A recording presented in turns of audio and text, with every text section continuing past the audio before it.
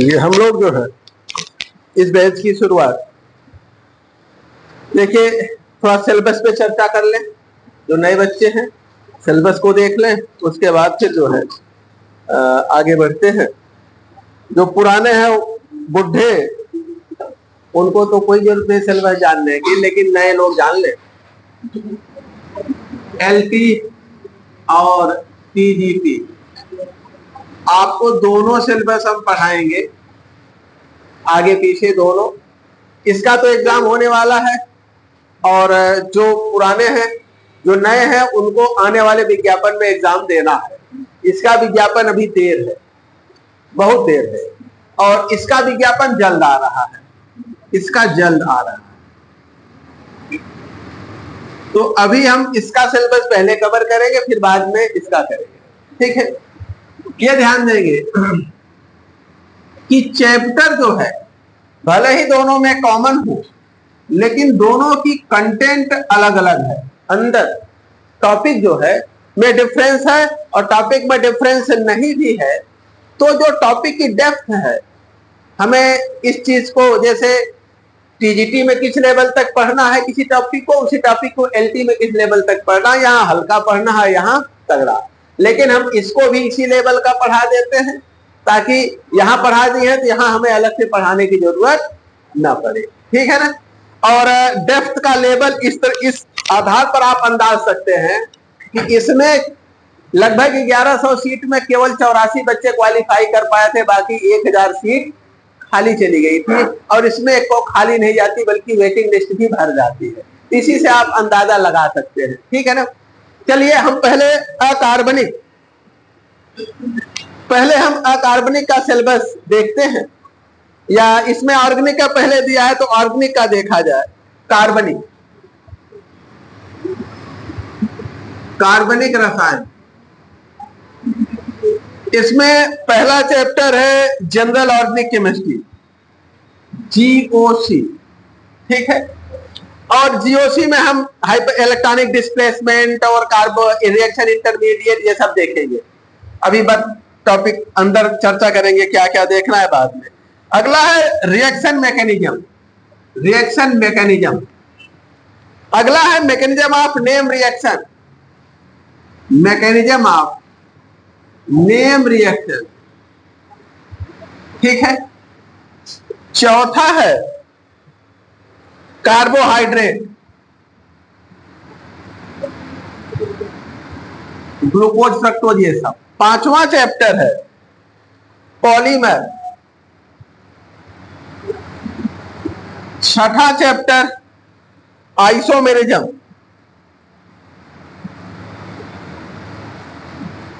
और सातवां जो है एब्जॉर्प्शन स्पेक्ट्रोस्कोपी, स्पेक्ट्रा। इसमें यूवी विजुअल है, अल्ट्रावायलेट विजिबल और इंफ्रारेड है, ठीक है। ये दो आपको पढ़ने। इतना सिलेबस ऑर्गेनिक का है एलटी में, ठीक है ना। कार्बनिक रसायन में ऑर्गेनिक केमिस्ट्री का बता रहे हैं, अभी इनऑर्गेनिक फिजिकल का बताते हैं। जीओसी है, रिएक्शन मैकेनिज्म है, mechanism of name reaction, carbohydrate, polymer, isomerism और एब्जॉर्प्शन स्पेक्ट्रा में यूवी विजुअल है और आईआर।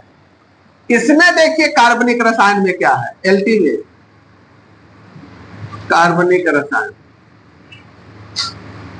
इसमें पहला तो जीओसी है, इसमें nomenclature, isomerism, reaction intermediate, reaction mechanism सब हो जाता है। दूसरा है हाइड्रोकार्बन। देखिए इसमें कहीं हाइड्रोकार्बन नहीं है, ठीक है। हाइड्रोकार्बन, इसमें एल्केन, एल्कीन, एल्काइन और बेंजीन। बेंजीन का मतलब एरोमेटिक कंपाउंड। इतना है आपका सिलेबस।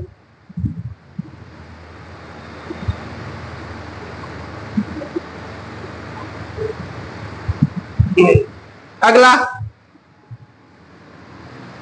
इनके डेरिवेटिव्स है, ठीक है। डेरिवेटिव्स में एल्किल हैलाइड, एल्कोहल,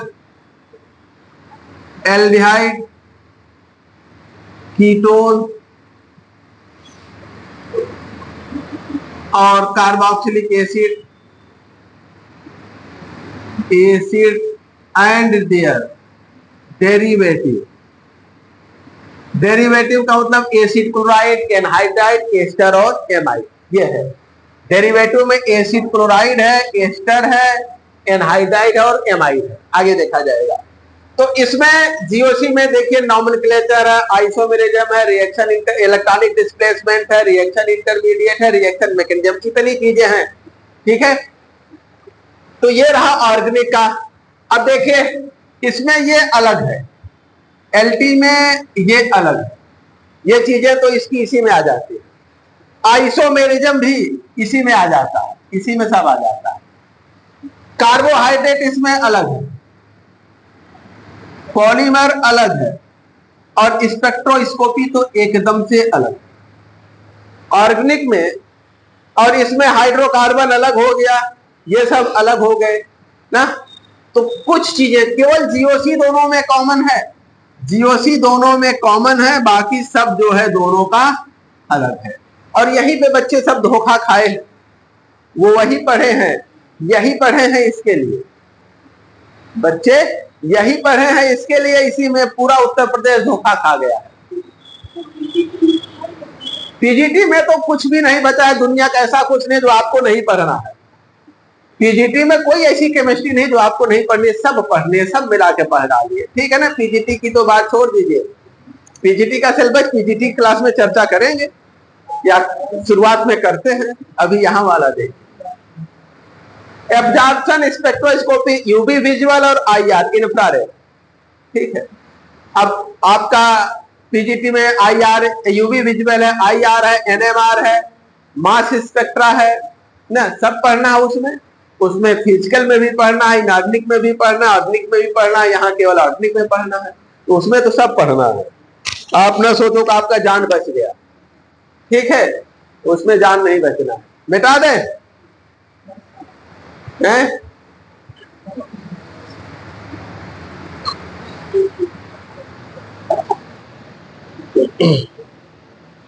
अब इनऑर्गेनिक का कंपैरिजन कर लेते हैं दोनों का, फिर उसके बाद खींच ले भैया, इनऑर्गेनिक का देख लीजिए, फिर फिजिकल की शुरुआत, फिजिकल से शुरुआत करेंगे।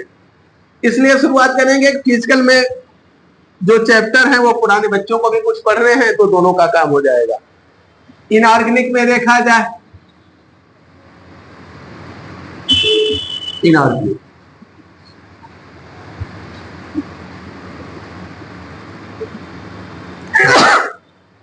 एलटी में देखिए एटॉमिक स्ट्रक्चर है, टीजीटी में एटॉमिक स्ट्रक्चर है, पीरियोडिक टेबल है, केमिकल बॉन्डिंग है, और उसके बाद न्यूक्लियर को फिजिकल में पढ़ाते हैं, उसी में लिखा देंगे। ठीक है, वो दोनों में आता है, चाहे तो लिख लीजिए, वहां नहीं दिखाएंगे। न्यूक्लियर केमिस्ट्री, फिर S block, S P D block. ठीक है, कोऑर्डिनेशन सिलेबस में वर्णित तो नहीं, लेकिन अक्सर सवाल उसे पूछा जाता है, इसलिए कोऑर्डिनेशन भी इसमें हम पढ़ाते हैं, तो कोऑर्डिनेशन भी आप अलग से जोड़ लीजिए। ठीक है ना, कोऑर्डिनेशन, क्योंकि डी ब्लॉक कोऑर्डिनेशन से संबंधित है और सवाल इसके वाले इसी के नाम पे सब पूछ देते हैं, डी ब्लॉक के नाम पे कोऑर्डिनेशन वाले सवाल पूछ देते हैं। ठीक है, ये सिलेबस में वैसे नहीं है। अब इसमें देखिए एटॉमिक स्ट्रक्चर है, पीरियोडिक टेबल है, केमिकल बॉन्डिंग है, कोऑर्डिनेशन केमिस्ट्री है। एलटी में atomic structure, periodic table, chemical bonding और कोऑर्डिनेशन केमिस्ट्री। इसमें कोऑर्डिनेशन केमिस्ट्री पूरा चैप्टर एक है, इसके सिलेबस में है, इसमें तो है नहीं, हमने वैसे पढ़ा देते हैं, सवाल पूछे जाते हैं इसलिए पढ़ाते हैं। और अगला देखिए, इसमें जो है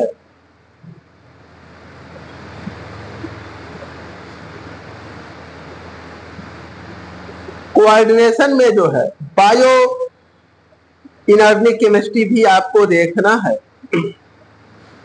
bio inorganic chemistry, haemoglobin myoglobin, ये भी इसी कोऑर्डिनेशन में बायो इनऑर्गेनिक भी आता है, इसी का पार्ट है। इसमें बायो इनऑर्गेनिक कहेंगे, इसमें बायो इनऑर्गेनिक भी देंगे। इसमें तो हमें लगता है कि अगर हम ब्लॉक छोड़ दें, ब्लॉक को छोड़ दें तो दोनों सभी में कॉमन है। बायो इनऑर्गेनिक इसमें अलग से रहता है, इसमें नहीं रहता।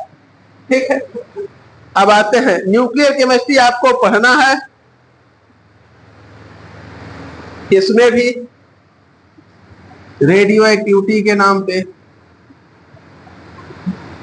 तो रेडियो एक्टिविटी इसमें भी है और इसमें मिला जुला के अगर हम इसको पढ़ते हैं ना और इसके लेवल का पढ़ते हैं तो इसका सारा यहां पर हो जाता है कि नहीं। इसमें ज्यादा ये ब्लॉक ज्यादा पढ़ लेते हैं, नोट करिए। अब फिर आते हैं फिजिकल पर और यहीं से शुरुआत भी हम लोग अपनी करेंगे।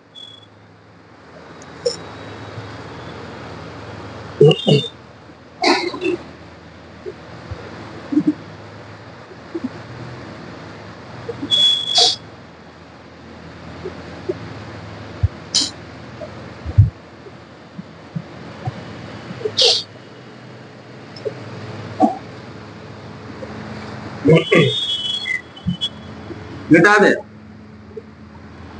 फिजिकल पर आते हैं।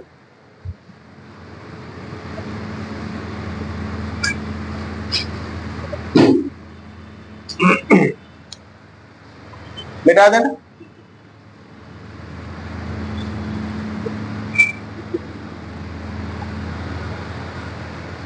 एलटी में देखिए क्या क्या पढ़ना। इसमें जो है क्योंकि न्यूक्लियर केमिस्ट्री हम लोग जो है इनऑर्गेनिक में डाल दिए हैं, तो न्यूक्लियर इसमें अब नहीं रहेगा। Oxidation reduction, oxidation reduction, reduction है। दूसरा इसमें है chemical kinetics and catalysis and catalysis. तीसरा है थर्मोडायनेमिक्स, थर्मोडायनेमिक्स।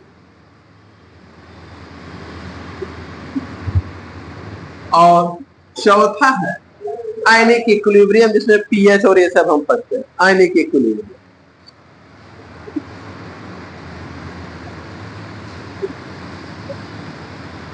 पीजीटी में देखिए क्या है। इसमें ऑक्सीडेशन रिडक्शन है और विद्युत रसायन भी है। ऑक्सीडेशन रिडक्शन है। सेल वेल भी में पढ़ना है, इलेक्ट्रोकेमिस्ट्री, विद्युत रसायन। यद्यप दोनों एक ही चैप्टर में पढ़ा देता है। दूसरा इसमें है सॉल्यूशन, विलेन इसमें अतिरिक्त पढ़ना है। तीसरा है इलेक्ट्रोकेमिस्ट्री हो गया, आयनिक इक्विलिब्रियम।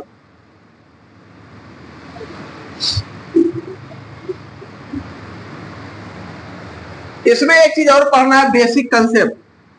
फिजिकल के साथ पढ़ाते हैं बेसिक कंसेप्ट। तो बेसिक कंसेप्ट हो गया, आयनिक इक्विलिब्रियम हो गया, सॉल्यूशन हो गया, ऑक्सीडेशन रिडक्शन। लेकिन इसमें सवाल शुरुआत के समय में पूछे गए हैं केमिकल इक्विलिब्रियम और केमिकल काइनेटिक्स। तो ये भी हम पढ़ा देते हैं अतिरिक्त 2 चैप्टर जबरदस्ती, केमिकल इक्विलिब्रियम और अगला क्या है केमिकल काइनेटिक्स। ये सवाल शुरुआत के वर्षों में पूछे गए हैं, इधर 2-3 परीक्षाओं से नहीं पूछे जा रहे, लेकिन 2-3 परीक्षाओं से इधर कोऑर्डिनेशन केमिस्ट्री बढ़ा दिया है सिलेबस में। सवाल बढ़ाए हैं, सिलेबस नहीं बढ़ाए, सिलेबस वही है। तो इसमें ऑक्सीडेशन रिडक्शन ये दोनों में कॉमन ही है। केमिकल काइनेटिक्स कैटालिसिस इसमें भी पढ़ाते हैं, इसमें भी पढ़ा देते हैं, कॉमन है।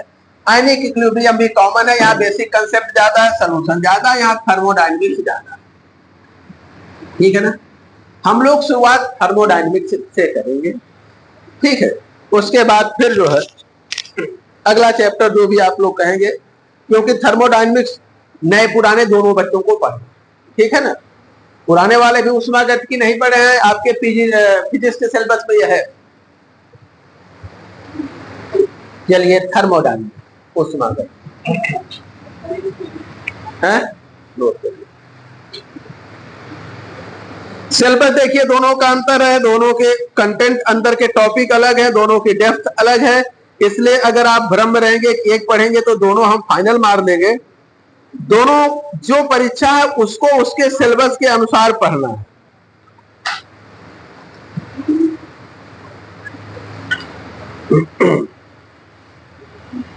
मिटा दे। अब आते हैं थर्मोडायनेमिक्स ऊष्मागतिकी।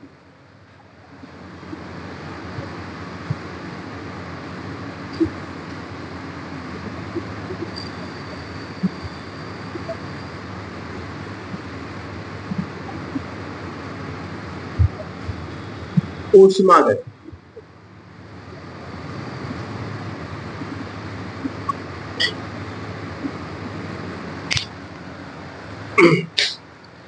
इसमें कौन कौन से टॉपिक हमें पढ़ने हैं उनका नाम देख लीजिए।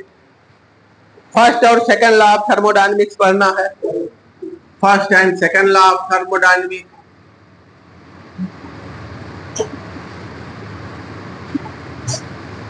थर्मोडायनेमिक्स दूसरा टॉपिक जो है एंथैल्पी, एंथैल्पी पढ़ना है।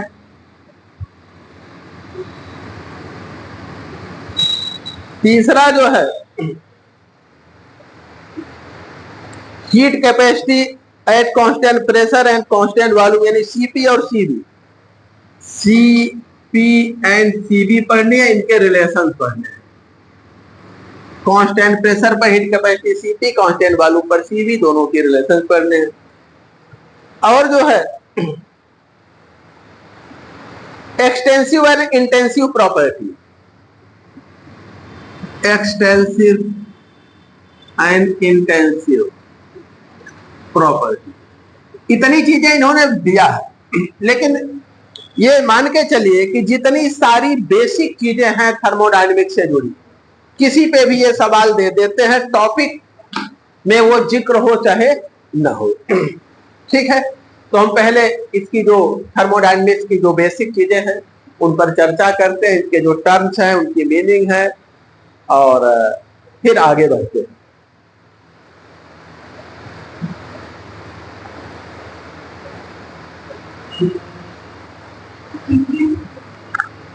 इंटेंसिव और एक्सटेंसिव प्रॉपर्टी, एक चीज ध्यान देंगे, जितना हम पढ़ाते हैं उसके बाहर आपको कहीं कुछ आना नहीं है।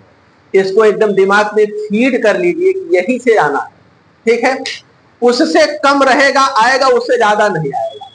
ऐसा नहीं हमको पता है क्या आएगा, हमको ये नहीं पता है, लेकिन हम इतना विस्तारित पढ़ा ही देते हैं कि उसके बाहर कहीं कुछ जाना नहीं है, ठीक है। दूसरा, क्वेश्चन की प्रैक्टिस इतनी करा हम लोग कर लेंगे यहाँ कि आपको फिर कहीं कुछ समझने में दिक्कत नहीं होगी। बस ये है, क्वेश्चन तो कहीं से भी आ सकता है, लेकिन अधिकतम हम करा देते हैं, और ज्यादातर उन्हीं में से आ भी जाता है। किसी चैप्टर पे आप 250, 300, 400 सवाल पढ़ लेंगे तो कहां से सवाल आएगा? उन्हीं में से कुछ कोरिलेट करके इधर उधर टेढ़ा सीधा करके पूछा जाता है, बाकी अलग से कुछ बाहर नहीं रहता है। इसलिए आप बहुत इधर उधर ये किताब वो किताब, कहीं कोई छोटी मोटी चीज समझना है, नहीं समझ में आ रहा है, कुछ पढ़ना है, तो आप किताब को संपर्क करेंगे। केमिस्ट्री में हम जो किताब बता रहे हैं उसको आप खरीद लीजिएगा, अगर है तो कोई बात नहीं है तो ले लीजिएगा। ये नूतन पब्लिकेशन की आती है, डॉक्टर H.C. श्रीवास्तव, 11th और 12th दोनों की ले लीजिएगा।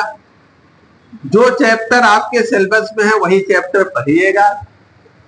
इसमें ढेर सारे आपके सिलेबस में नहीं मिलेंगे, जैसे बायोइनर्टिक आपका नहीं मिलेगा, ठीक है। उसके बाद स्पेक्ट्रा आपको नहीं मिलेगा। जो चीजें नहीं मिलेंगी उनको कोई बात नहीं, जो है वो पढ़ेगा, सिलेबस के बाहर भी आपको नहीं पढ़ना है, ठीक है ना। ये सब बोर्ड की आती है, यूपी सीबीएसई बोर्ड तो सेम है, आईएससी की भी आती है, आप यूपी सीबीएसई चाहे जिस बोर्ड की ले लीजिए, दोनों मीडियम में आती है, ठीक है ना। 11-12 की यूपी बोर्ड की ले लीजिएगा, ठीक है। यूपी सीबीएसई बोर्ड का सिलेबस दोनों सेम है, एनसीईआरटी दोनों में चलता है, वही एनसीईआरटी चलता, अलग कुछ नहीं है, ठीक है ना। अब चलिए आते हैं हम लोग, तो आप नोट्स पूरा एकदम रट डालेंगे डेली का, डेली कुछ छोड़ेंगे नहीं, छोड़ेंगे तो फिर आपके साथ धोखा हो सकता है। उससे ज्यादा न पढ़िए, लेकिन कम से कम उतना जरूर पढ़िए। चलिए सबसे पहले आते हैं जो टर्म ऊष्मागतिकी है। ऊष्मागतिकी का क्या मतलब है, ये ध्यान देंगे। हिंदी में हम लोग इसको पढ़ेंगे, हिंदी में लिखेंगे भी, लेकिन कहीं कहीं हिंदी वाले शब्द बहुत एक्यूरेट नहीं पता रहते हैं, तो कुछ मिलता जुलता शब्द हम लोग लिख लेते हैं, तो उसके इंग्लिश वाले से आपको रिलेट करके जान दीजिएगा, ठीक है। थर्मोडायनेमिक, ऊष्मागतिकी।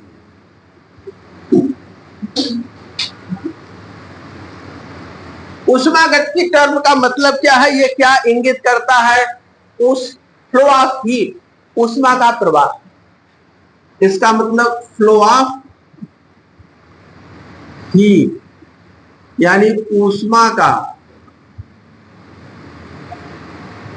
प्रवाह।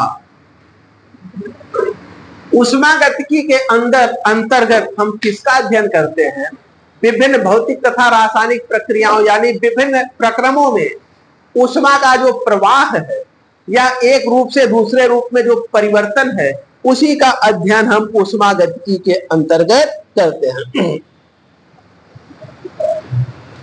तो पहला पॉइंट, विभिन्न भौतिक तथा रासायनिक परिवर्तनों में,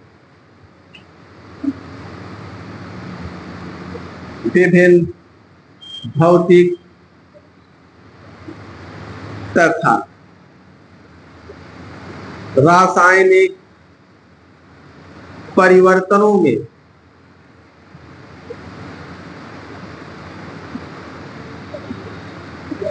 के साथ, परिवर्तनों के साथ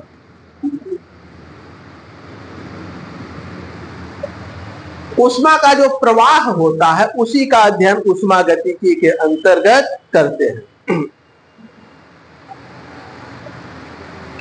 विभिन्न भौतिक तथा रासायनिक परिवर्तनों के साथ निकाय में ऊष्मा के प्रवाह, ऊष्मा के प्रवाह का अध्ययन, ऊष्मा के प्रवाह का अध्ययन ऊष्मागतिकी के अंतर्गत किया जाता है।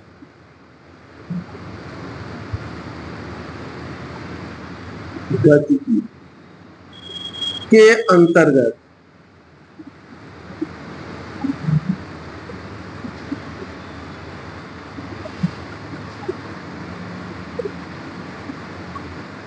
ठीक है ना। विभिन्न भौतिक तथा रासायनिक परिवर्तनों के साथ निकाय में ऊष्मा के प्रवाह का अध्ययन हम ऊष्मागतिकी के अंतर्गत करते हैं। कोई रासायनिक अभिक्रिया चल रही है तो सिस्टम में भी एनर्जी का फ्लो हो सकता है, सिस्टम के बाहर भी जा सकता है, सिस्टम के अंदर भी आ सकता है, आगे भी विस्तृत उसको देखेंगे। लेकिन निकाय में जो ऊष्मा का प्रवाह है, जो ऊष्मा मुक्त हो रही है, जो अवशोषित हो रही है या रूपांतरित हो रही है, इन सब का अध्ययन हम ऊष्मागतिकी के अंतर्गत करते हैं। ऊष्मा का रूपांतरण भी होता है, स्थानांतरण भी होता है, जैसे वर्क और एनर्जी, वर्क और एनर्जी, कार्य और ऊर्जा। ऊर्जा देखिए, एनर्जी के ही दो रूप हैं, एनर्जी, ऊर्जा, इसी के दो रूप हैं। कौन सा? ऊष्मा और कार्य, ये दोनों इसी के रूप हैं। ऊर्जा अलग होता है, ऊष्मा अलग होता है। किसी को ऊर्जा देने से, किसी से ऊर्जा लेने से उसके तापमान में कोई परिवर्तन नहीं होता, लेकिन ऊष्मा किसी को दीजिए, लीजिए, तो उसका तापमान परिवर्तित हो जाता है। जैसे आपने पेट्रोल अपने मोटरसाइकिल में, स्कूटर में लिया, चाहे 1 लीटर पेट्रोल लीजिए चाहे 4 लीटर, स्कूटर का टेम्परेचर बढ़े घटेगा नहीं, वही का वही रहेगा। लेकिन जब उस पेट्रोल को जलाएंगे, ऊष्मा निकलेगी, तब स्कूटर गर्म हो जाएगा, बंद कर देंगे तो ठंडा हो जाएगा, ज्यादा चलाएंगे तो बहुत गर्म हो जाएगा, इंजन कम चलाएंगे तो थोड़ा गर्म होगा। ऊष्मा का आदान प्रदान कहीं है तो तापमान में परिवर्तन होता है, ऊर्जा के आदान प्रदान में तापमान परिवर्तन नहीं होता। आप भोजन करते हैं, ऊर्जा लेते हैं, ठीक है, तो बहुत टेम्परेचर बॉडी का नहीं बदलता, लेकिन आप पेट्रोल को जला दीजिए, बर्नर को, उसी पे बैठ जाइए तो देखिए बॉडी टेम्परेचर बदल जाएगा ना। ऊष्मा लेंगे तो बॉडी टेम्परेचर बदलेगा, ऊर्जा लेंगे तो टेम्परेचर नहीं बदलता है। ठीक है, चलिए आगे देखते हैं। इंग्लिश में भी, अब आपको इंग्लिश पढ़ना है तो पहली बैच में आइए, हिंदी पढ़ना है तो दूसरी बैच में। मैंने क्लियर कट पहले से ही मीडियम अलग कर दिया है, क्योंकि कोई बात नहीं, हम एक ही मीडियम पढ़ाएंगे, फिर आप 9 बजे वाले बैच में आ जाइए, ठीक है ना। उसमें भी सारी चीजें पढ़ाई जाएंगी, उसमें भी सब होगा। बस वो है, वो थोड़ा सा बैच पहले शुरू हुआ है और ये बाद में आज शुरू हो रहा है। नहीं, आप फिजिक्स जो है 10 बजे पढ़िए। अब जो बच्चे पढ़ रहे हैं इनके साथ केमिस्ट्री 9 बजे। देखिए,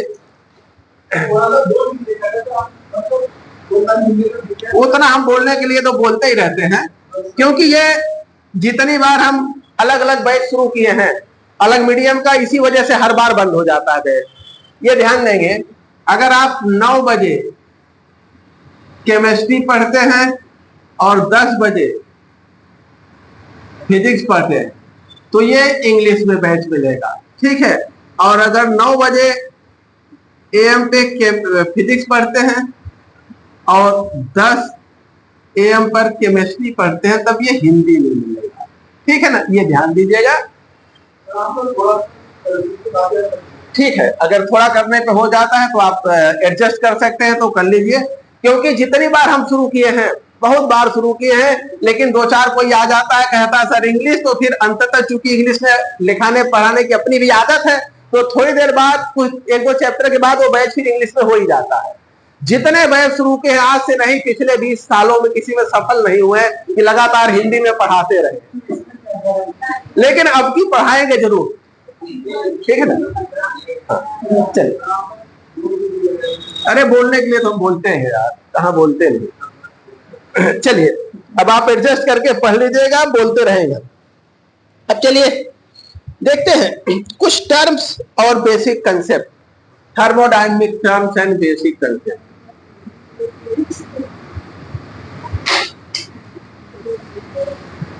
टर्म्स एंड बेसिक कंसेप्ट,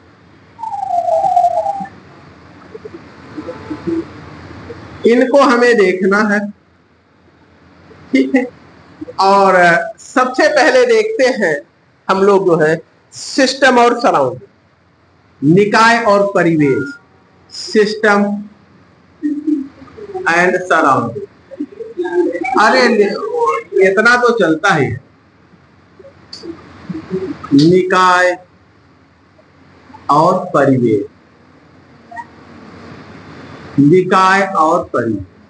देखिए, हम जैसे अगर हमें केमिस्ट्री की थ्योरेटिकल स्टडी करनी है तो हमने क्या किया, ये कमरा बनाया, दरवाजा लगाया और पूरी दुनिया से इतना जगह हमने अलग कर लिया, इसमें बैठ के हम लोग पढ़ते हैं ना, थ्योरेटिकल स्टडी करते हैं। लेबोरेटरी होता है, प्रयोगशाला होता है, उसको भी हम दीवार बना के अलग करते हैं और उसमें एक्सपेरिमेंट करते हैं। प्लस रासायनिक अभिक्रियाएं हम बीकर लेते हैं, कांच की दीवार रहती है, उसके अंतर्गत अभिकारकों को मिला के रासायनिक अभिक्रियाएं।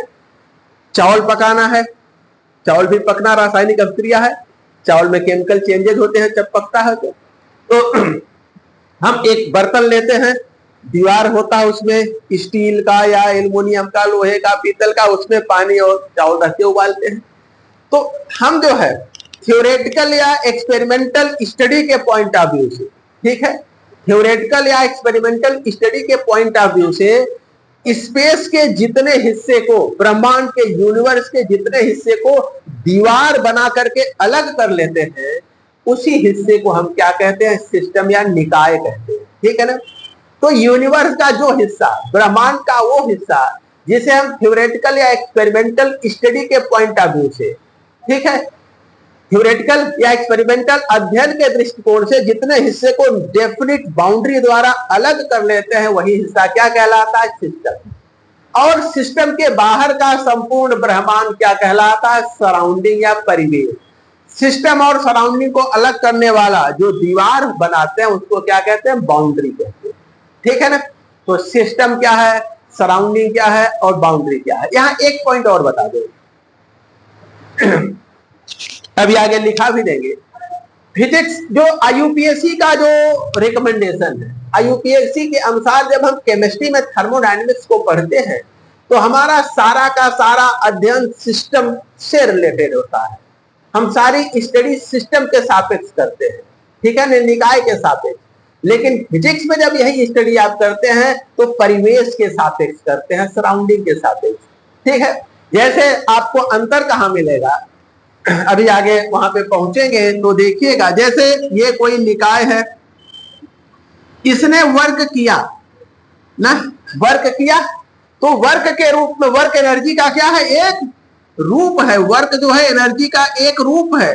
जब इसने वर्क किया तो एनर्जी बाहर निकाला, तो इसके सापेक्ष, सिस्टम के सापेक्ष ये वर्क क्या हो गया? नेगेटिव, क्योंकि इसने एनर्जी क्या किया? बाहर किया।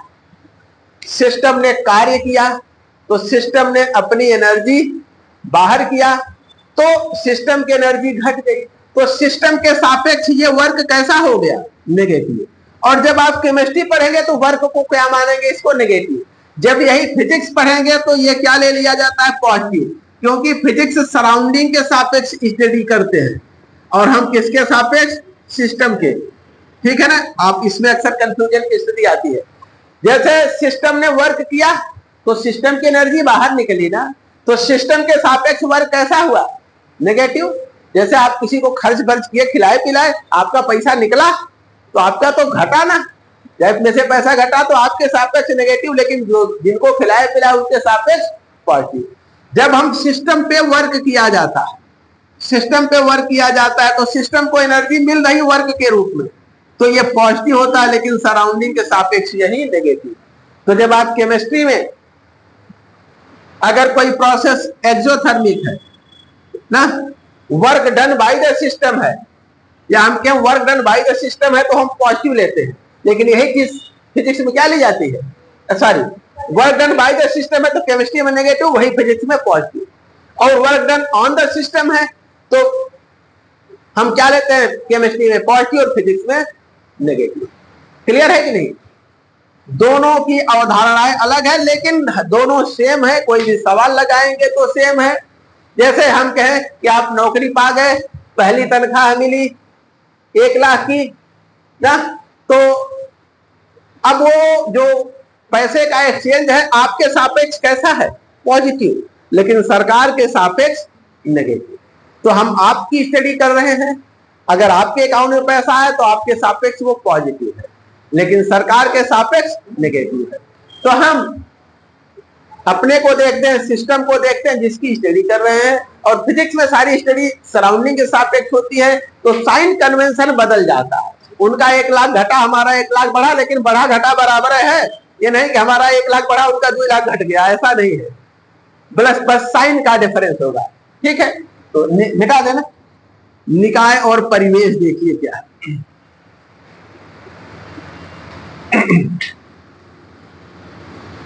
यूनिवर्स के उस हिस्से थ्योरेटिकल तथा एक्सपेरिमेंटल स्टडी के दृष्टिकोण से, थ्योरेटिकल एंड एक्सपेरिमेंटल अध्ययन के लिए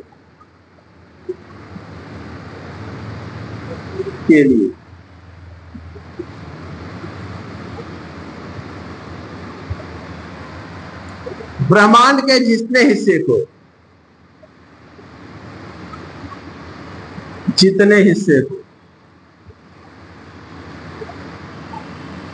भाग को दीवार बनाकर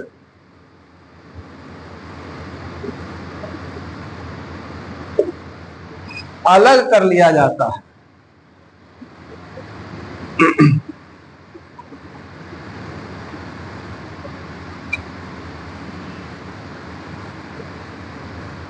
उसे निकाय कहते हैं। ठीक है ना, उसको क्या कहते हैं? सिस्टम कहते हैं, निकाय कहते हैं।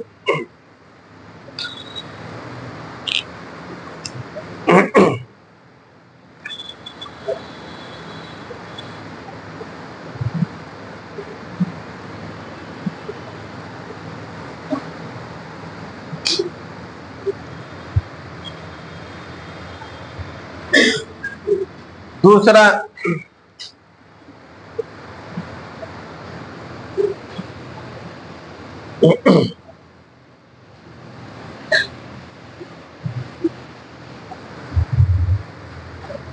सिस्टम और सराउंडिंग को अलग करने वाले दीवार को हम क्या कहते हैं? बाउंड्री। ठीक है, सिस्टम तथा सराउंडिंग, सराउंडिंग परिवेश को अलग करने वाले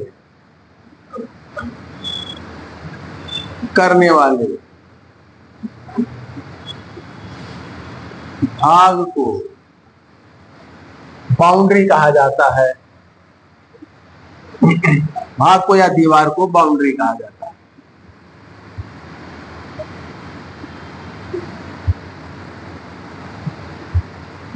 ठीक है, तो सिस्टम और सराउंडिंग के बीच का जो दीवार है उसको हम क्या कहते हैं? बाउंड्री कहते हैं।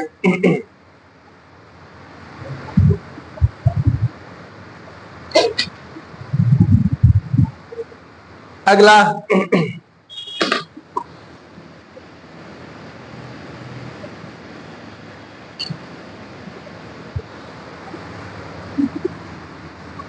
सिस्टम के बाहर का संपूर्ण ब्रह्मांड क्या कहलाता है? परिवेश या सराउंडिंग। सिस्टम के बाहर का संपूर्ण ब्रह्मांड को सराउंडिंग कहा जाता है, यानी कि परिवेश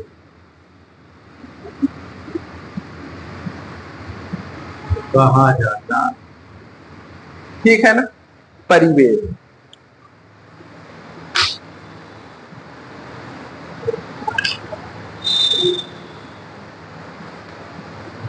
कोई दिक्कत?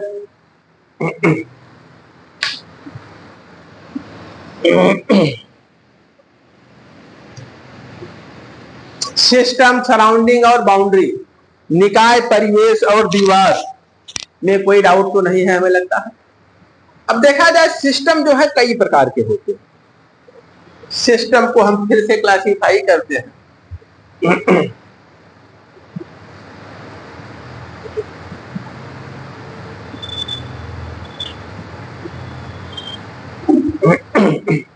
बता दें टाइप्स ऑफ सिस्टम।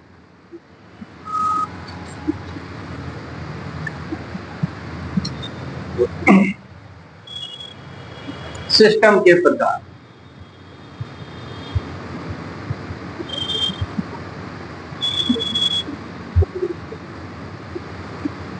पहला देखते हैं आइडियल सिस्टम, आदर्श निकाय। आइडियल सिस्टम, आइडियल सिस्टम क्या होते हैं? थर्मोडायनेमिक प्रॉब्लम्स को सॉल्व करने में जो निकाय यूज किए जाते हैं, जो सिस्टम यूज होता है, जैसे पेपर है, पेंसिल है, कैलकुलेटर है, कंप्यूटर है, यानी कि जिस सिस्टम को हम थर्मोडायनेमिक प्रॉब्लम्स को सॉल्व करने के लिए यूज करते हैं, उसे हम क्या कहते हैं? उसको हम आइडियल सिस्टम कहते हैं। ठीक है ना, तो जो सिस्टम थर्मोडायनेमिक प्रॉब्लम्स को सॉल्व करने के लिए यूज होता है, उष्मागतिकीय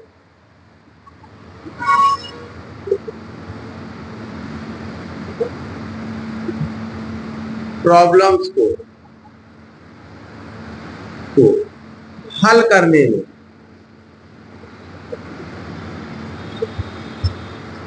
हाँ,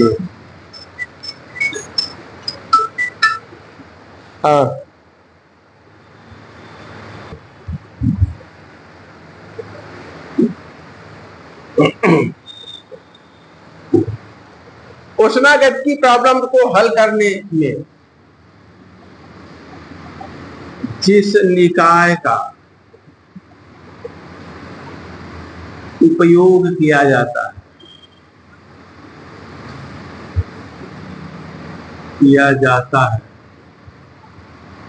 उसे आदर्श निकाय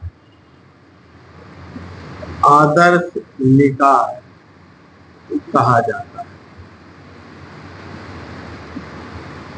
ठीक है ना, उसे हम आइडियल सिस्टम कहते हैं। जैसे पेपर है, paper, pencil, calculator, computer etcetera.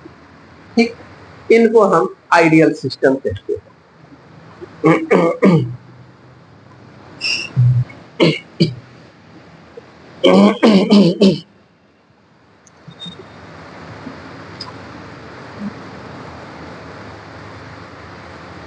दूसरा रियल सिस्टम,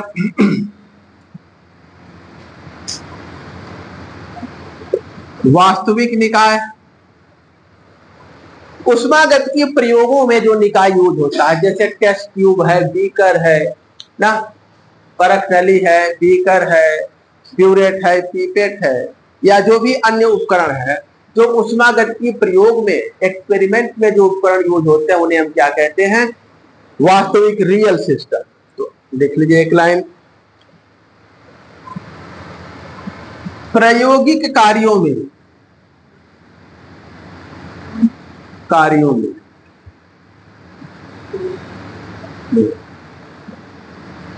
उपयोग होने वाले निकाय को वास्तविक निकाय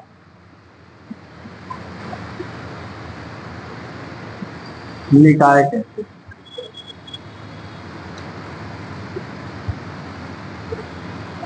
ठीक है ना, जैसे टेस्ट ट्यूब, ब्यूरेट या बीकर, ब्यूरेट, पीपेट एटसेट्रा। ठीक है, ये जो एक्सपेरिमेंट में यूज होते हैं उनको हम रियल, और जो एक्सपेरिमेंट के आधार पर हम कुछ आंकड़े प्राप्त करते हैं, उन आंकड़ों के आधार पर हम निष्कर्ष निकालते हैं प्रॉब्लम को सॉल्व करके। तो प्रॉब्लम को सॉल्व करने में जो सिस्टम यूज होता है वो आइडियल। ठीक है,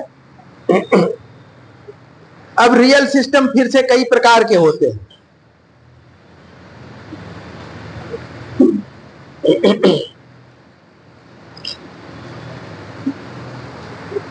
लेटा दे ऊपर। रियल सिस्टम में देखिए कई प्रकार के हैं। पहला आइसोलेटेड, यानी विलगित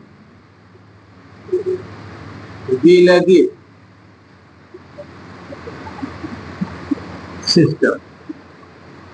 आइसोलेटेड सिस्टम, विलगित निकाय। विलगित निकाय में क्या होता है?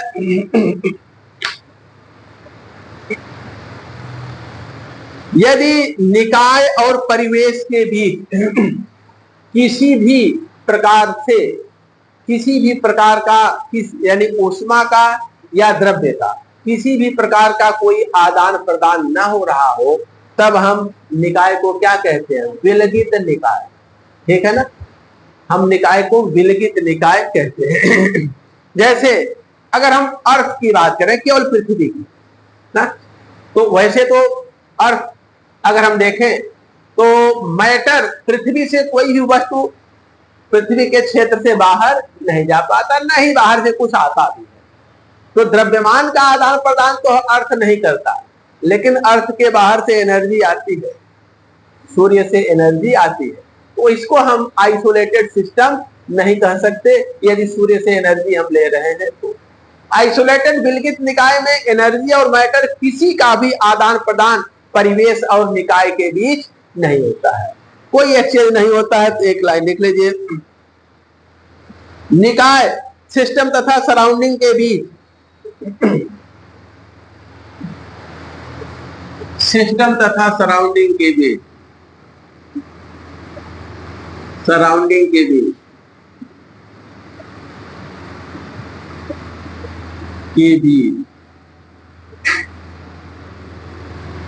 द्रव्य तथा ऊर्जा किसी का आदान प्रदान,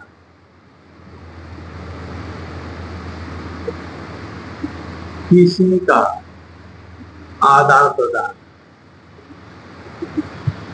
यानी विनिमय नहीं होता है, ठीक है ना। तो अगर सिस्टम और सराउंडिंग के बीच मैटर और एनर्जी किसी का एक्सचेंज ना हो तब निकाय को हम क्या कहते हैं, विलगित यानी आइसोलेटेड, ठीक है। विलगित निकाय, आइसोलेटेड सिस्टम में न तो मैटर का एक्सचेंज है न ही एनर्जी का। जैसे थर्मस बॉटल होता है, वैसे तो 4-6 घंटे में ठंडा हो ही जाता है, लेकिन हम समयांतराल बहुत कम करते हैं। 1-8 सेकंड की बात कर लें तो उसको हमने बढ़िया सा पैक कर रखा है, मैटर भी बाहर नहीं आ जा पा रहा है और न ही अंदर से हीट भी बाहर जा रही है, ठीक है ना। ऐसा हम कब मानेंगे, जब समय को बहुत छोटा कर देंगे। लेकिन 4-6 घंटे करेंगे तो धीरे धीरे हीट तो बाहर निकल ही जाती है। समयांतराल बहुत छोटा कर देंगे तो हीट का एक्सचेंज हम नेग्लिजिबल मान लेंगे, नगण्य। तो उस समय न तो हीट का आदान प्रदान है और न ही मैटर का, अर्थात क्षणिक समय के लिए हम उसको क्या मान सकते हैं, विलगित निकाय, आइसोलेटेड सिस्टम माना जा सकता है, ठीक है। अब आते हैं अगला जो है आइसोलेटेड के बाद क्लोज्ड सिस्टम, बंद निकाय, क्लोज्ड सिस्टम।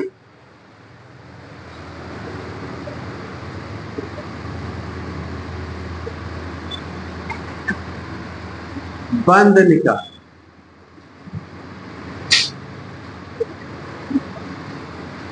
इसमें देखिए क्या होता है, क्लोज्ड सिस्टम में, बंद निकाय में क्या होता है मैटर का आदान प्रदान तो नहीं होता, द्रव्य का आदान प्रदान नहीं होता, लेकिन एनर्जी का एक्सचेंज होता है, ठीक है ना। आप प्रेशर कुकर है, मान लीजिए कि सीटी बंद है, जब सीटी से वैसे स्टीम बाहर निकलती है, मैटर निकलता है, सीटी को बंद मान लीजिए आपकी बंद है। उस समय आप बर्नर पे रखेंगे तो ऊष्मा अंदर जाती है, अंदर का भोजन पक जाता है, ठीक है, और फिर रख देंगे तो फिर ठंडा भी हो जाता है। तो हीट का एक्सचेंज, एनर्जी का एक्सचेंज हो रहा है, लेकिन बंद है हर तरफ से बर्तन, तो मैटर का एक्सचेंज नहीं हो रहा है। तो यहां एक्सचेंज होता है हीट का, ऊष्मा का आदान प्रदान होता है, लेकिन द्रव्य का नहीं होता क्लोज निकाय में। ऊष्मा का आदान प्रदान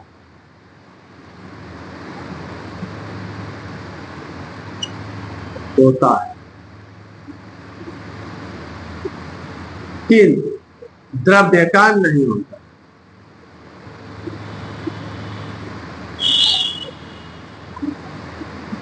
मैटर का एक्सचेंज नहीं होता, केवल एनर्जी का होता है।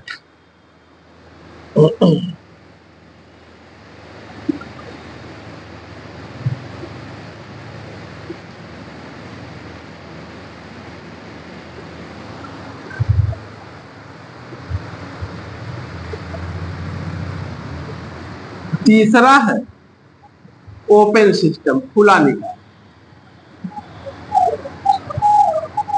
खुला निकाय,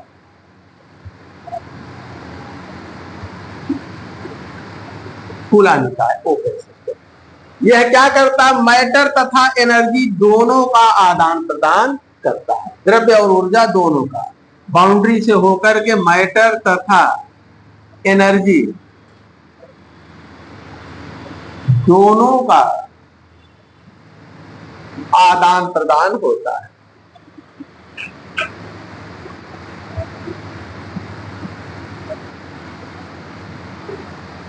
ठीक है, और उदाहरण इसके देखे जाए, जैसे बीकर है, बीकर में हम पानी डाल भी सकते हैं, निकाल भी सकते हैं और गर्म भी कर सकते हैं। तो मैटर और एनर्जी दोनों का आदान प्रदान होता है। तो उदाहरण के तौर पे पानी भरा बीकर,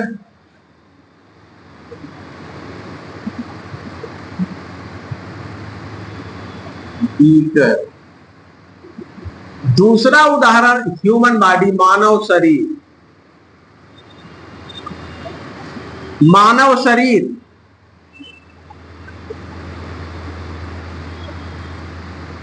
ये ओपन खुले निकाय का उदाहरण है। हम पदार्थ को भी बाहर करते हैं, लेते हैं, भोजन सोचते हैं और एनर्जी भी शरीर से बाहर जाती है, अंदर आती है। ठीक है, ठंडी में ठंडा लगता है, गर्मी में शरीर से हीट निकलती है। और ये पूछा गया है पीजीटी 2003 और पीसीएस 2002 के सवाल में। पीजीटी 2003 और पीसीएस 2002। ध्यान देंगे, पीजीटी के केमिस्ट्री में उष्मागतिकी के सवाल नहीं है, पीजीटी के फिजिक्स में है। कुछ सवाल फिजिक्स वाले देख लिए जाएंगे, बाकी एलटी में है। एलटी का एक साल परिचय हुआ है, एक सवाल दो सवाल होंगे।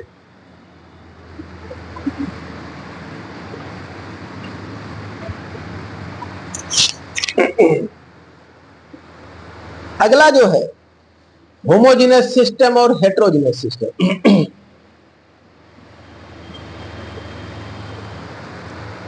होमोजेनस सिस्टम और हेट्रोजेनस सिस्टम देखिए,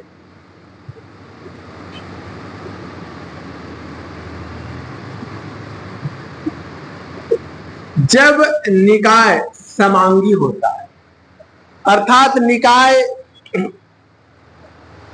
में जो भी चीजें भरी है समान प्रावस्था में, वो सेम फेज में, तब हम कहते हैं कि होमोजेनस सिस्टम है। जैसे एक बीकर लिया आपने, बीकर, इसमें आपने पानी लिया है, प्लस इसमें साल्ट डाल दिया है, सोडियम क्लोराइड, और सोडियम क्लोराइड इसमें घुल गया। तो घटक तो दो है इसके ना, एक तो वाटर और दूसरा NaCl। घटक ये और ये दो घटक है, लेकिन एक ही घटक केवल दिखता है, पानी नमक दिखता नहीं। तो ऐसे निकाय को हम होमोजेनस कहते हैं, सिंगल फेज होता है, वन फेज होता है। लेकिन अगर हम पानी लें और मिट्टी का तेल लें, दोनों एक में मिला दें ना, ऊपर ऑयल है और नीचे वाटर, तब आप इनको चाहे जितना मिला दीजिए, खूब मिला देंगे, लेकिन थोड़ी देर बाद दोनों लेयर रखने पर अलग हो जाती है। यहां दो फेज है, ये हेट्रोजेनस है। तो जब निकाय सिंगल फेज हो, जैसे एयर है, कार्बन डाइऑक्साइड है, नाइट्रोजन है, ऑक्सीजन है, कई गैसें हैं, लेकिन सब एक साथ रहती है, एक भी अलग अलग ये नहीं दिखते, एक जैसे सब दिखते हैं। इनको हम देख करके इनमें अंतर नहीं कर पाते। तो एयर जो है होमोजेनस होता है, वायु जो है होमोजेनस होता है, विषमांगी नहीं होता, हेट्रोजेनस नहीं होता। हम लोग विलयन 9 प्रकार के पढ़ते हैं। विलयन आप पढ़े होंगे कक्षा 12 में, कितने प्रकार का है? 9। लेकिन कोलाइडी निकाय कितने प्रकार का होता है? 8 प्रकार का। ठीक है, कोलाइडी निकाय 8 प्रकार का, ये 8 और विलयन 9। क्यों? क्योंकि वायु कोलाइडी निकाय विषमांगी होता है और विलयन कैसे होते हैं? समांगी। विषमांगी निकाय केवल 8 ही संभव है, 9 संभव नहीं है। एयर में हमेशा समांगी बनाता है। एयर दो गैसें मिलकर समांगी विलयन बनाते हैं। गैस और गैस मिलेंगे तो होमोजेनस होता है, हेट्रोजेनस नहीं होता। इसलिए जो है कोलाइडी निकाय जब विलयन पढ़ाएंगे तो बताएंगे, कोलाइडी निकाय कुल 8 प्रकार के होते हैं और विलयन कुल 9 प्रकार के होते हैं। ठीक है ना? तो समांगी निकाय क्या है? जब निकाय में एक ही प्रावस्था उपस्थित हो, ठीक है, सिंगल फेज हो। तो होमोजेनस में निकाय में एक प्रावस्था होता है, निकाय में एक प्रावस्था, यानी कि सिंगल फेज।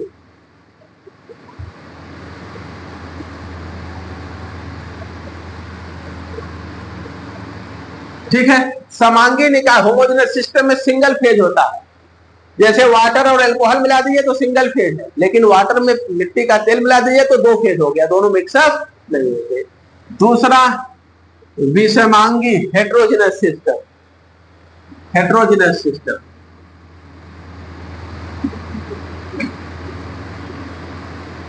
विषमांगी, विषमांगी निकाय, इसमें क्या होता है, दो प्रावस्थाएं, दो या दो से अधिक प्रावस्थाएं अगर उपस्थित हो तब हम उसे क्या कहते हैं, हेट्रोजेनस। निकाय में दो या अधिक प्रावस्थाएं,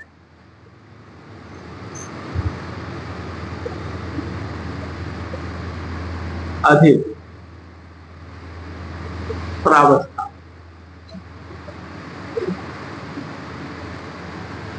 यानी कि फेज होते, ठीक है ना। जैसे अगर वाटर है, इसी के ऊपर क्या भरा हो, इसकी वेपर, नमक हटा दिया जाए, वाटर प्लस वेपर, वाटर हो और यहां तक और ऊपर इसकी वेपर हो तो दोनों अलग अलग दिखते हैं। अब ये वेपर हो गया और ये लिक्विड वाटर, तो दोनों अलग प्रावस्थाएं, ठीक है ना। या ऑयल हो और वाटर हो एक साथ मिक्स कर दे तो वो क्या हो गए, अलग प्रावस्थाएं हो गई, तो वो हेट्रोजेनस सिस्टम का उदाहरण होता है। अभी तक एक जगह से सवाल पूछा गया था ओपन सिस्टम की। अब आगे आते हैं सिस्टम के गुण, इनसे भी सवाल पूछे गए हैं पीजीटी में, पीसीएस में, और यहीं से आपका सिलेबस भी शुरू है, प्रॉपर्टीज ऑफ अ सिस्टम। आपका सरल जनरल चीजें तो सिलेबस में होते ही हैं, लेकिन जो टॉपिक मेंशन है आपके सिलेबस में वो यहां से आपको मिल रहा है, प्रॉपर्टीज ऑफ सिस्टम, सिस्टम के गुण।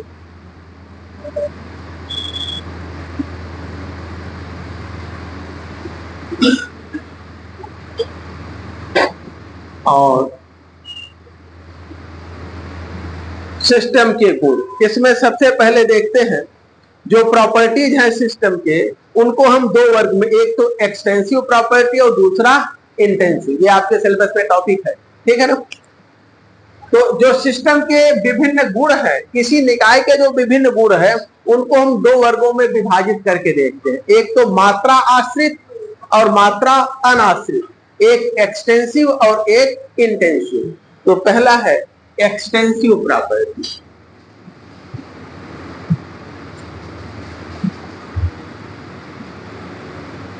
मात्रा आश्रित गुण, मात्रा आश्रित, बोलिए भाई, चल जा रहा है इतने से काम ना, इतनी अंग्रेजी पे तो काम चल जाएगा, बस ठीक है। मात्रा आश्रित एक्सटेंसिव प्रॉपर्टी, देखिए निकाय के कुछ गुण ऐसे हैं जो निकाय की मात्रा के साथ बदलते हैं, जैसे एनर्जी है, एनर्जी, एंट्रोपी है, इंथैल्पी है, ये सब मात्रा आश्रित गुण होते हैं। आपने मोटरसाइकिल में 1 लीटर पेट्रोल भराया तो उसमें उसके जलाने पर जो एनर्जी निकलेगी उससे आप 50 किलोमीटर गए, 2 लीटर भरा दिया तो 100 लीटर, 3 लीटर भराया तो 150 लीटर। आपने मुझे 10,000 फीस दिया तो 1 घंटे मुश्किल से पढ़ाते हैं, 20 दिया तो 1.5 घंटे पढ़ाएंगे, 30 दिया तो 2 घंटे, 1 लाख दे दिए तो सुबह शाम तक पढ़ाते रहेंगे, है कि नहीं। तो डिपेंड करता है मात्रा पर, ठीक है। लेकिन कुछ गुण जैसे वॉल्यूम है ना, जैसे जैसे मात्रा बढ़ाते जाएंगे ऐसा बढ़ता गया, लेकिन कुछ गुण ऐसे हैं जो मात्रा पर निर्भर नहीं करते हैं, जैसे गलनांक या क्वथनांक। शुद्ध जल है, आप चाहे 1 लीटर जल ले लीजिए चाहे 1000 लीटर जल लीजिए, वो दोनों 100 डिग्री सेल्सियस पे ही बॉयल करेंगे, उबलेंगे, सारी परिस्थितियां समान है।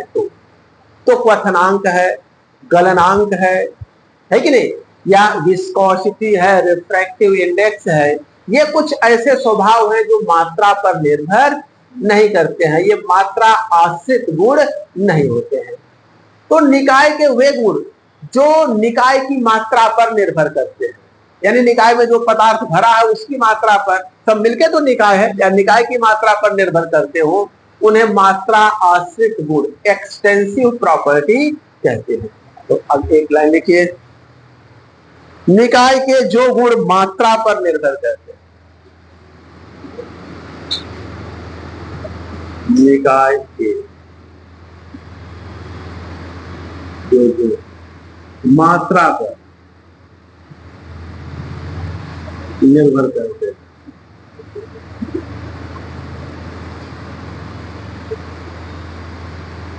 उन्हें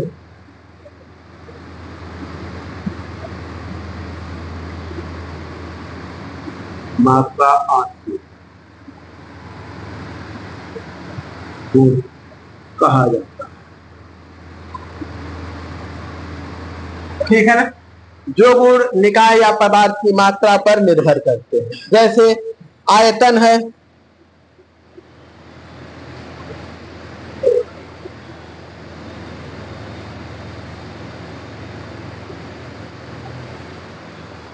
आयतन,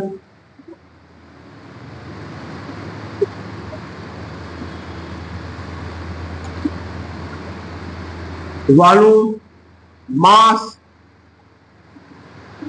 द्रव्यमान, और एनर्जी है, internal energy, enthalpy, entropy, energy, internal energy, entropy, enthalpy लिखा कि नहीं, एंथैल्पी, एंट्रोपी एक्सेट्रा। आज ये सभी क्या है, मात्रा आश्रित गुण।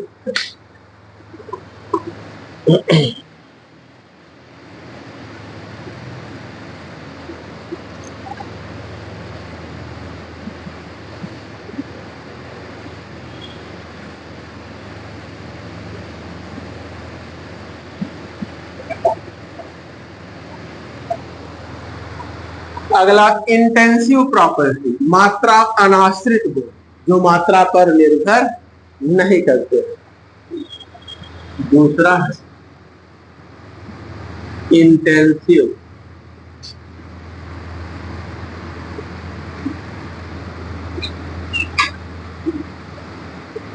अनाश्रित।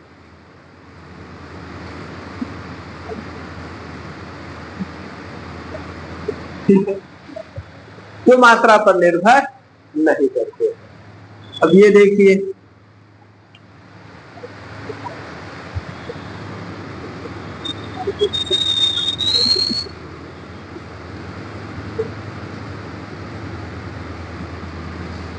जो गुण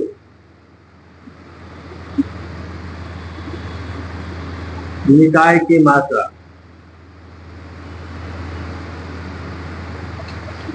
पर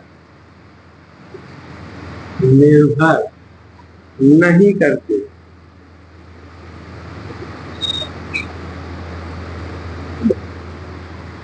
इंटेंसिव प्रॉपर्टी कहा जाता है।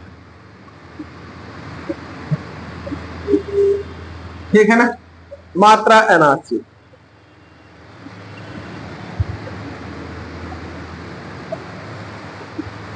देखिए, रिफ्रैक्टिव इंडेक्स है, विस्कोसिटी है, सर्फेस टेंशन है, बॉइलिंग पॉइंट है। एग्जाम्पल के तौर पर refractive index, viscosity, surface tension,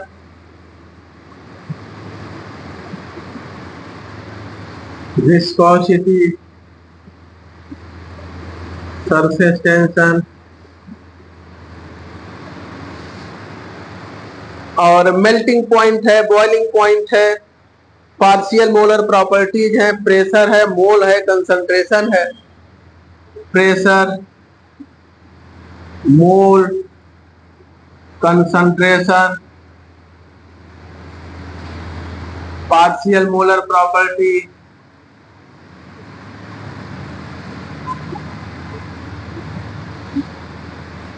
partial molar properties है, कंसंट्रेशन है,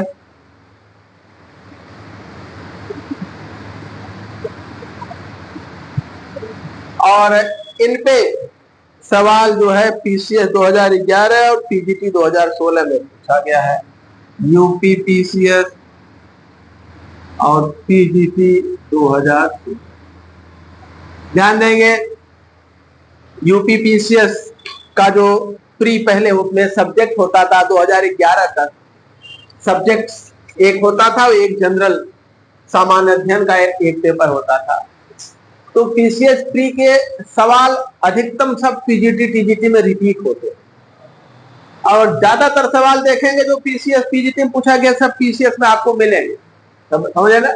इसलिए उनके भी सवाल अभी हम आगे कराएंगे, पीसीएस और पीजीटी के सारे सवाल आपको कराएंगे। यहाँ तो बता दे रहे हैं पूछा गया, लेकिन आगे ये मिलेंगे आपको, इसी चैप्टर में सब सॉल्व कराएंगे। ठीक है, तो आप पीसीएस का सॉल्व भी सॉल्व करते रहिएगा, देखते रहिएगा। अभी भी मार्केट में वो इसीलिए उपलब्ध है। 2011 से सब्जेक्ट हट गया है पीसीएस से, कितने साल हो गए, 14 साल, लेकिन आज भी मार्केट में अनसॉल्व दिखता है क्योंकि बच्चे इस परीक्षा के लिए उसको पढ़ते हैं। ठीक है ना। एक साल प्रवक्ता फिजिक्स में 2012 की बात है, 2004 या 5 का पीसीएस का सारा पेपर वही पीजीटी में रिपीट कर दिया था प्रवक्ता फिजिक्स में। और इवन यहां तक कि अगर उसमें गलत उत्तर दिया है तो वही गलत उत्तर ये भी दे दिए थे, उत्तर भी वही देख के जारी कर दिए थे गाइड का। बेटा दे, मोल अलग है, कंसंट्रेशन अलग है। ठीक है, refractive index, viscosity, surface tension, pressure, mole, concentration, partial molar property. Concentration अच्छा 2 बार लिख गया है, ठीक है ना, कंसंट्रेशन 2 बार लिख गया है। और ये सारे जो है मिटा दे।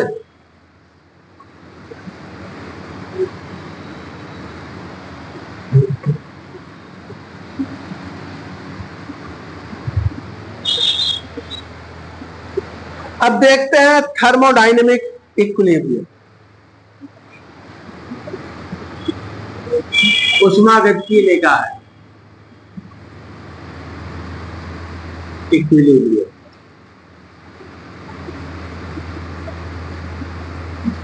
ऊष्मागतिकी निकाय, ऊष्मागतिकी निकाय।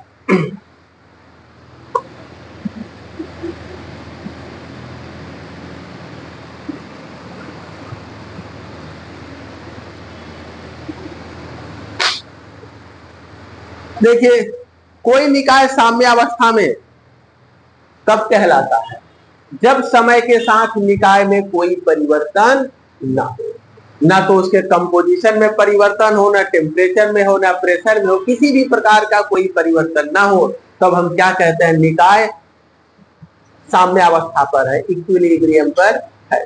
तो पहला पॉइंट यही नोट करते हैं, फिर इसके आगे कल से देखते हैं। यदि निकाय में समय के साथ कोई परिवर्तन न हो, यदि निकाय में समय के साथ कितना समय हो गया, चलिए थोड़ा सा देखिए, समय के साथ कोई परिवर्तन न हो,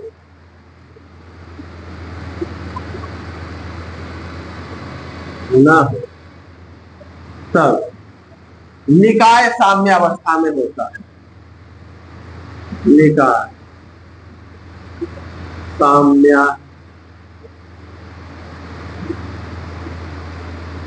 साम्यावस्था में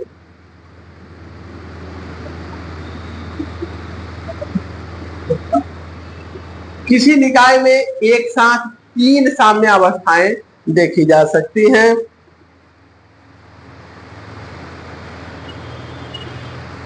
निम्न 3 साम्यावस्थाएं निकाय में, 3 साम्यावस्थाएं एक साथ मिलती हैं।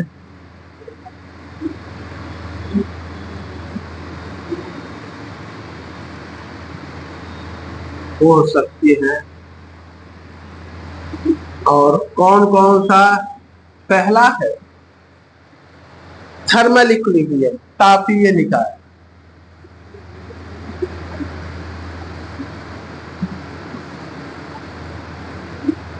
तापीय निकाय